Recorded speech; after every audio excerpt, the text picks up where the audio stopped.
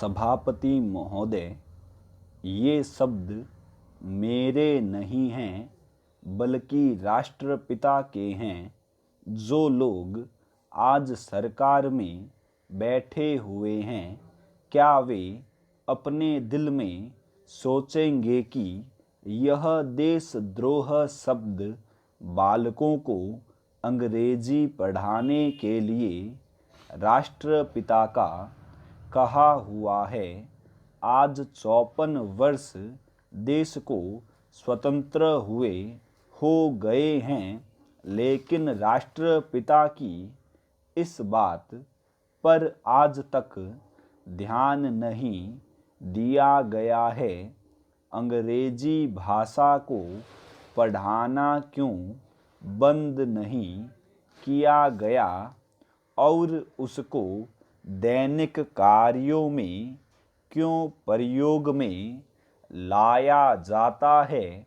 मैं इस बात को कई बार इस सदन में कह चुका हूँ और मैंने इस विधान परिषद की नियमावली में 1 वर्ष पहले एक संशोधन भी रखा था, लेकिन मेरा दुर्भाग्य है कि वह संशोधन वर्ष भर से इस सदन में प्रस्तुत नहीं हो सका।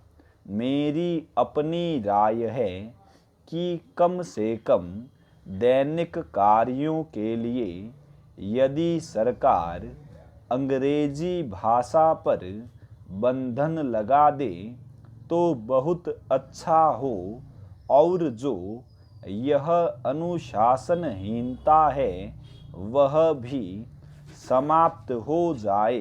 नेक्स्ट। सभापति महोदय, जैसा कि मेरे मित्र ने कहा, लड़कों के माता पिता अंग्रेजी का प्रयोग करते हैं और उनके शिक्षक भी उसका प्रयोग करते हैं, फिर भी बालकों पर उसका प्रभाव क्यों नहीं पड़ेगा। मैं उनसे सहमत हूँ कि बालकों में नकल करने की आदत होती है, जैसा वे अपने बड़ों को करते देखते हैं वैसा ही वे करते हैं। अगर हम कोई बुरा काम करेंगे तो उसका प्रभाव बालकों पर अवश्य पड़ेगा। आप देखेंगे कि जिस मनोवृत्ति के माता पिता और शिक्षक होते हैं, उसी प्रकार के बालक भी होते हैं।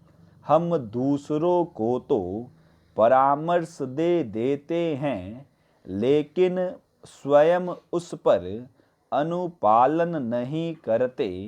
इसके साथ ही साथ हमको शिक्षा प्रणाली की ओर भी ध्यान देना चाहिए। शिक्षा के जिन तरीकों को आजकल अपनाया जा रहा है, वे वास्तव में लाभकारी नहीं हैं। सरकार की ओर से इस प्रकार का आदेश होना चाहिए कि 14 वर्ष तक बालकों को अपनी मातृभाषा में ही शिक्षा दी जाएगी और दैनिक कार्यों में भी अंग्रेजी का प्रयोग नहीं होगा।